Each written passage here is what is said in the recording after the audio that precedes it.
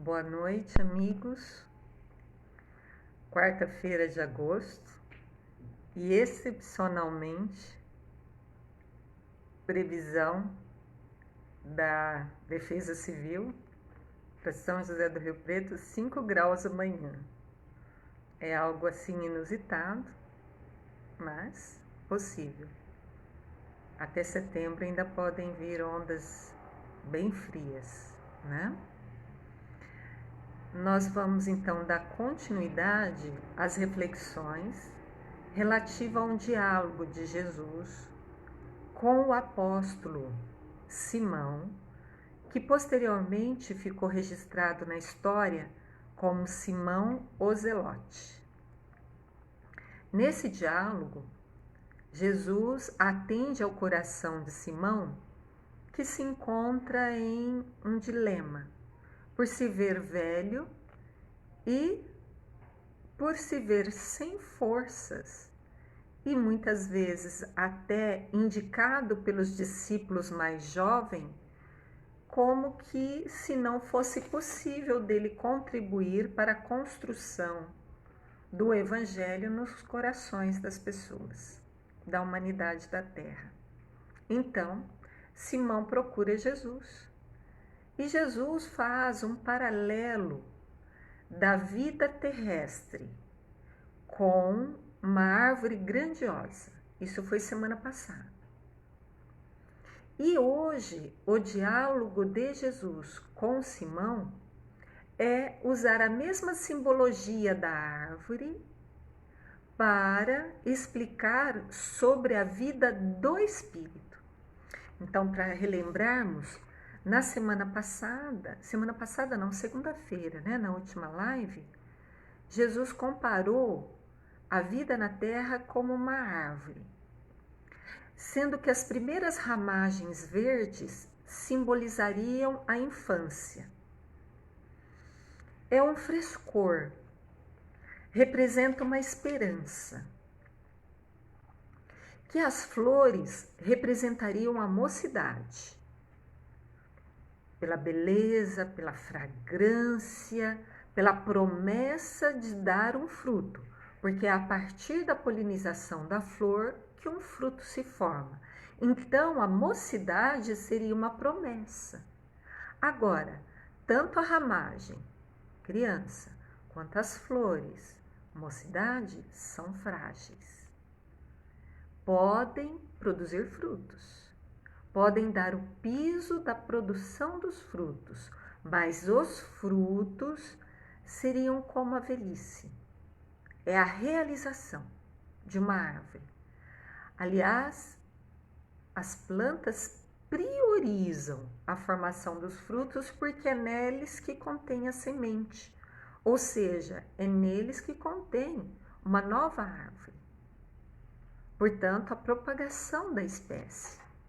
Então, muitas árvores, por exemplo, podam as suas folhas, principalmente no inverno, quando a disponibilidade de energia é menor, para que toda a energia seja convertida no fruto. Então, nós vemos Jesus trabalhando a simbologia da árvore para que venhamos a entender as questões de ordem espiritual.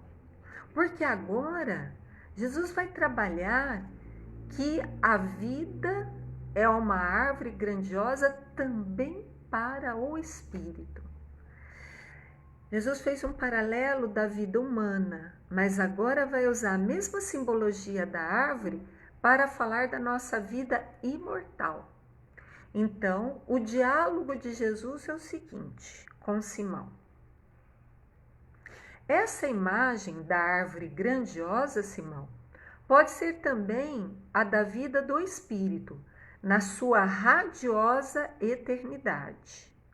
Apenas com a diferença de que aí as ramagens e as flores não morrem nunca.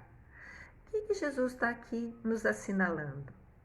Que na vida do Espírito, o que foi passado enquanto ramagem, o que foi aprendido e vivenciado enquanto flor, Isso é sintetizado no fruto.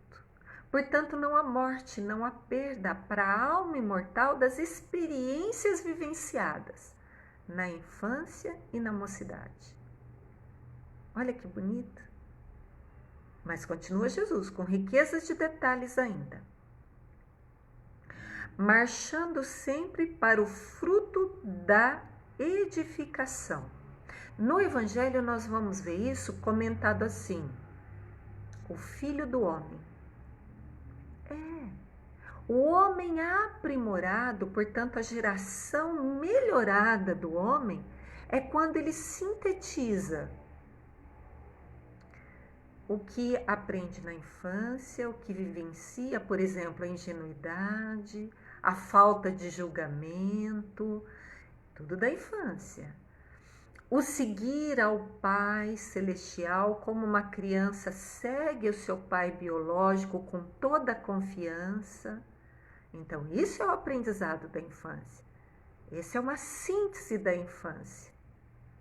Na mocidade, a vitalidade, o achar que dá conta de fazer tudo, e dá, porque o próprio Cristo Jesus nos falou: vocês podem fazer isso que eu faço e muito mais. Esse é o fervor da mocidade, a promessa da mocidade em forma de flores. Por isso que fala que as flores não morrem nunca, nem as ramagens. Portanto, a síntese do que foi aprendido vai estar presente no homem espiritual. Pode chamar de alma, espírito, mônada, avatar, corpo búdico, como queiram chamar, corpo causal. O importante é que a essência permanece como filho do homem, quer dizer, o modelo melhorado do homem. Em face da grandeza espiritual da vida, Simão, a existência humana é uma hora de aprendizado. Agora aqui o Cristo Jesus está nos situando questão do tempo, da relatividade do tempo na Terra. Enquanto aqui é uma vida inteira, vamos colocar aí de 100 e tantos anos que muitos poucos podem chegar, essa vida humana é apenas uma hora de aprendizado no caminho infinito do tempo. Qual que é o caminho infinito do tempo? Eternidade. O que é uma existência de 100 anos diante de algo que nunca mais deixará de existir? Eterno. Então, lança a mão Jesus para falar de Simão, que está preocupado com a velhice, de que não se preocupe, Simão. Você é uma alma imortal, eterna, que ora está fazendo uma experiência na velhice para fazer a síntese e projetar-se como alma imortal mais qualificada. Essa hora minúscula encerra o que existe no todo. Olha que coisa mais maravilhosa! Uma única frase para falar de unidade e também de mistério. Que mistério é esse? Vou fazer um paralelo para ver se eu me faço entender. Esse celular que eu estou olhando, esse que você está na mão, esse computador, essa cadeira que está na sua frente, esse bichinho de estimação que passa aí, que está dentro da tua casa, que está lá na rua, a plantinha que está ali na sacada ou no jardim, tudo é uma unidade. Do ponto de vista da matéria, por exemplo, formada de átomos. Os mesmos átomos que nos formam todos esses objetos e seres vivos que eu citei, que não é da espécie humana. Então, há uma unidade do ponto de vista da matéria. Agora, imagina do ponto de vista espiritual. todos estão conectados, mergulhados em Deus. Portanto, há uma unidade. E por isso que então o Cristo Jesus fala que essa hora minúscula de uma existência encerra o que existe no todo. Espiritualmente, nós já somos seres perfeitos, fazendo experiência material, para que essa perfeição seja sedimentada pelas experiências vivenciadas. Por isso que na doutrina espírita se fala que nós somos perfectíveis.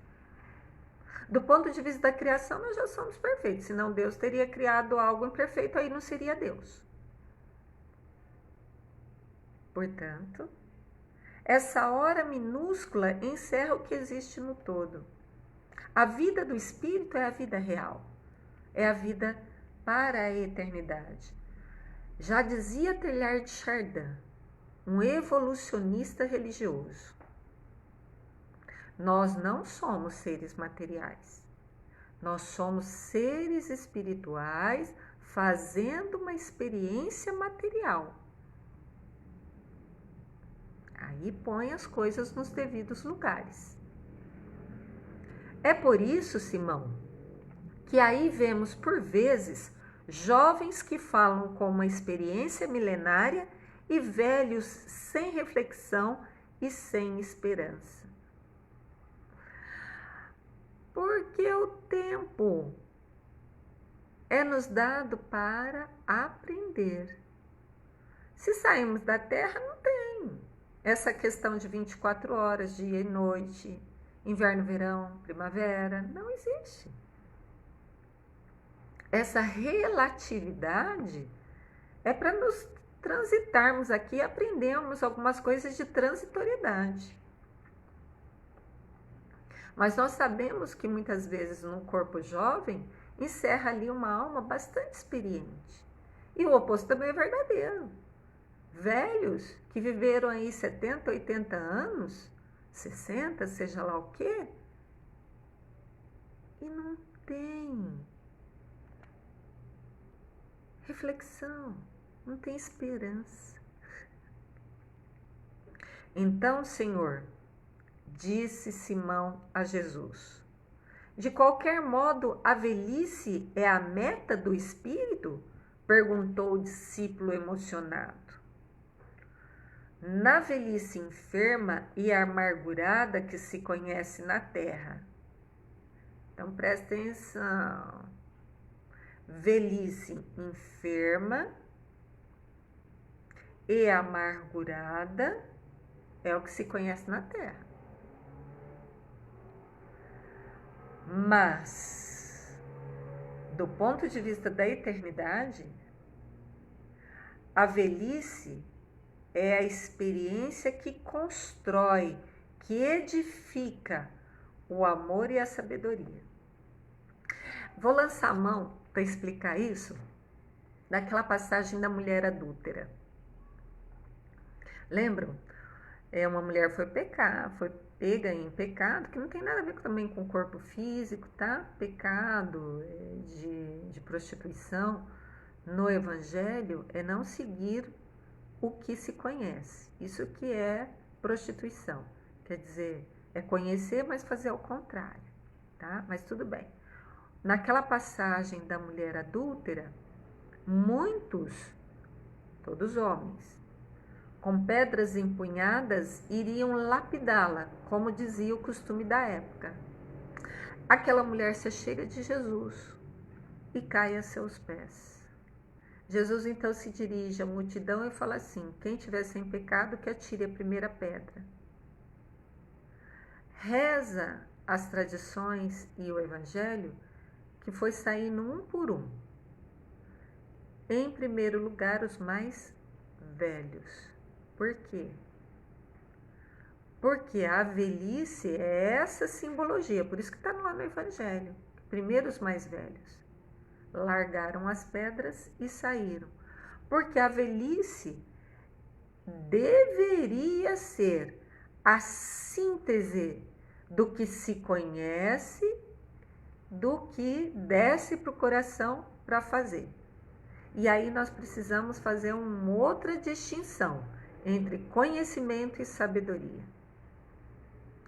Conhecer é cerebrar, é ter contato. Sabedoria é aplicar o que se conhece na vida cotidiana, repetidamente, até que se torne um hábito automatizado. Aí é sabedoria. Vou dar um exemplo.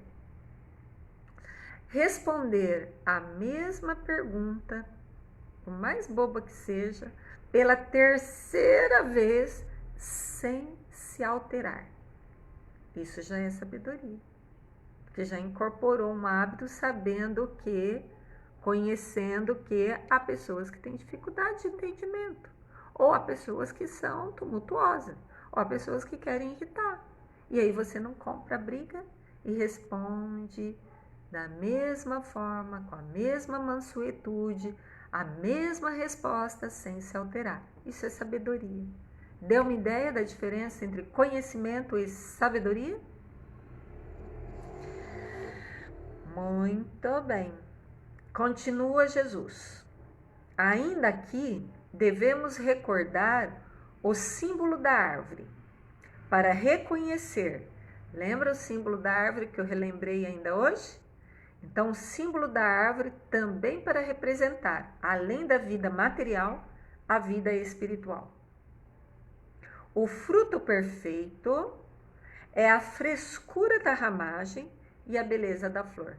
Deu uma noção? Chegar à idade mais madura com a frescura da ramagem, quer dizer,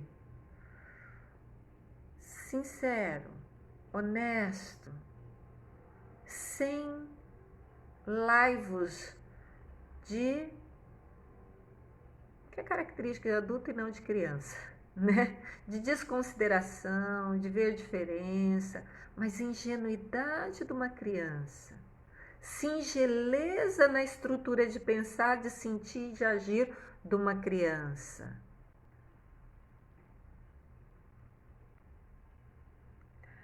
O fruto perfeito é a frescura da ramagem e a beleza da flor.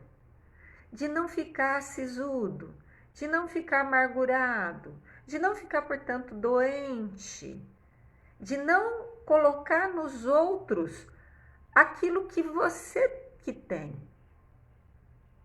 Esse é a beleza da flor encerrada num fruto perfeito, ou seja, numa velhice espiritual, que eu não chamaria de velhice, porque em espiritual não tem corpo de carne, né? Na vida espiritual imortal, a síntese da frescura, da beleza, com o conteúdo divino do mel. Porque a gente sempre que fala fruta associa sabor adocicado, né? E da semente, que é a continuidade, que é a propagação do que se já aprendeu. Deu uma ideia do paralelo que Jesus está fazendo? Na vida espiritual, ramagem nem flor se perdem, mas se apresentam exuberante no fruto da maturidade, que sabe usar os melhores experiências vivenciadas na fase de criança, infância e mocidade, para culminar na maturidade, na velhice, matando a fome e ainda deixando outra árvore, porque no fruto tem a semente. Bela a explanação de Jesus. Precisa ter sensibilidade para compreender. Percebendo que o mestre estendera seus conceitos em amplas imagens simbólicas, o apóstolo voltou a retrair-se em seu caso particular. Uau! Espírito superior vai falar de uma forma geral e simbólica para que ninguém deturpe os conhecimentos, mas que cada um consiga retirar desse simbolismo segundo o seu grau de maturidade. Portanto, humanos ainda não conscientes da sua herança divina vão querer entrar para o seu caso particular. Vai querer saber do seu próprio inimigo, da sua família, do seu problema. E é assim que Simão Pedro fez. Percebendo que o mestre explanara, trazia os conceitos em imagens simbólicas, o apóstolo retrai-se. Olha só. Quer dizer que caso particular é retrair, não é expandir. E aqui, meus queridos, nós estamos sendo expandir a nossa mente, a ver outros caminhos, a ver outros ângulos da vida que a gente não está acostumado a ver. Os espíritos superiores e o Espírito Santo presente em nós, o Espírito amoroso dentro de nós, vai nos levar, é como se pegasse na nossa mão e nos levasse a ver com mais amplitude. Ficar no caso particular, isso é restringir, isso é limitar e contrair a expansão que todos têm possibilidade de acessar. Porque afinal de contas todos somos filhos de Deus. Portanto, em essência somos perfeitos. Basta querer acessar. Basta buscar, que vem, bater, que abre. Lembram-se? O que está nos faltando é escolher. Escolher e caminhar nesse caminho. Igual o filho pródigo, que escolheu voltar para a casa do pai. E um passo atrás do outro, ele se aproximou da casa. Ele nem chegou na casa do pai sozinho.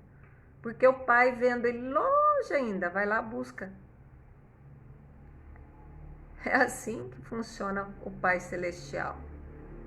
A gente deve 1.000, paga 10 e está tudo certo. Porque o que importa é aprender a não fazer dívida e administrar todas as equações da vida com raciocínio e sentimento, aliado à ação, aplicação, para incorporar na alma imortal. A verdade, Senhor, é que me sinto depauperado e envelhecido, temendo não resistir aos esforços a que se obriga a minha alma, na semeadura da vossa doutrina santa. Então, na verdade, o Simão queria saber do caso particular dele. Ó, tô velho e acho que eu não dou conta. O que importa não é a fala dos discípulos, que somos nós, né? Que falamos sem conhecimento de causa. O que importa é a resposta. E aqui vem a resposta do Cristo. Mas escuta, Simão. Olha, ainda chama atenção. Presta atenção, Simão. Redarguiu-lhe Jesus, com serenidade enérgica. Serenidade enérgica. Nunca vamos ver Jesus usando de abuso de poder. Serenidade, mas firme. Porque Jesus já tinha levado ele por um campo de reflexão e o Simão volta atrás. Qualquer semelhança com a gente não é mera coincidência, né? A gente avança um passo e volta 2. Volta ao particularismo. E esquece que, para começar, eu não sou o único filho de Deus. Existe uma irmandade enorme minha. Desde outros seres humanos, outros seres vivos, os não vivos, seres também não vivos. É uma irmandade enorme e que todos são cuidados, são vistos, são olhados como um único, uma unidade. Não há diferenças. Então, o que serviu de simbolismo que Jesus falou, serviria também para Simão, se não fosse teimoso e renitente e rebelde, igual nós que não queremos aceitar. Então, ficamos perguntando os casos particulares, porque notícia da generalidade e que serve para todo mundo, porque são conhecimentos de alma imortal e morredora, a gente acha que só serve para o vizinho, não serve para nós. Eis uma grande falha nossa. Eis algo que precisa ser olhado. Mas vamos lá. Jesus, para finalizar as nossas reflexões de hoje. Achas que os moços de amanhã poderão fazer alguma coisa sem os trabalhos dos que agora estão envelhecendo? Olha só. Na Terra, a experiência passada de geração a geração, até há pouco tempo, era oral, era tete a tete. Mas agora na era da informática? Não deixou de que o maior, porque é uma lei isso, o maior cuida do menor. Há uma hierarquia. Então, os mais experienciados, os mais vivenciados, os que têm sabedoria em princípio, né, por conhecer e por ter passado as experiências, por isso que atira a primeira pedra não é os mais velhos, eles saem, vão embora porque já viveram mais, já erraram mais, já aprenderam mais e se incorporaram à sabedoria, larga as pedras do apedrejamento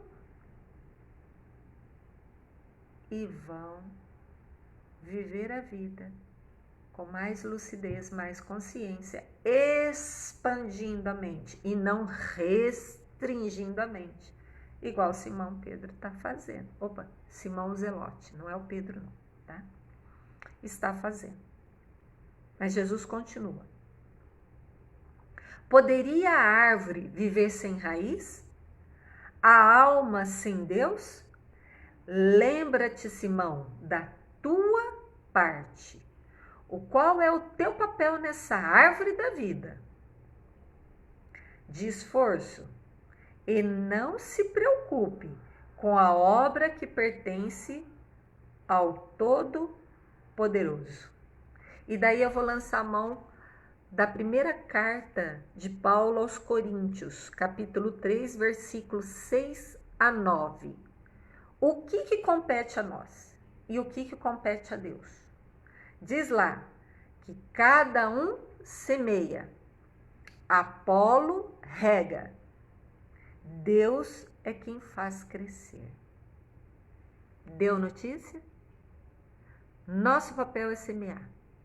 Nosso papel é ser fruto e dar sementes de pensamentos, de sentimentos e de ações, fecundando os corações dos que caminham conosco, de qualquer idade, de qualquer sexo, de qualquer raça, de qualquer etnia.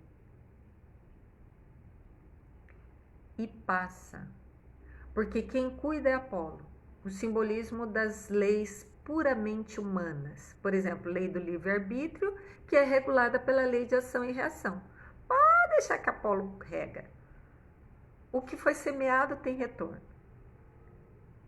Mas é Deus quem dá o crescimento. As leis humanas aqui da Terra, as leis físicas, químicas e espirituais características da Terra foram sabiamente concebidas para que toda semente cresça. nenhuma ovelha, nenhuma semente se perde. E aí Jesus continua: sobretudo, Simão, não esqueça que a nossa tarefa para a dignidade de nossas almas deve ser intransferível. Então, o que cabe aos mais maduros, vivenciados, é servir de exemplo, ter sabedoria, sintetizar o que já experienciaram e ofertar frutos que mata a fome da inexperiência, a sede dos que buscam, e semeia com a semente, para que Apolo regue e Deus dê crescimento. João também será velho, Simão, e os cabelos brancos de sua fronte contarão profundas experiências. Ou seja, todo mundo vai passar por esses movimentos. Não te magoe a palestra dos jovens da terra.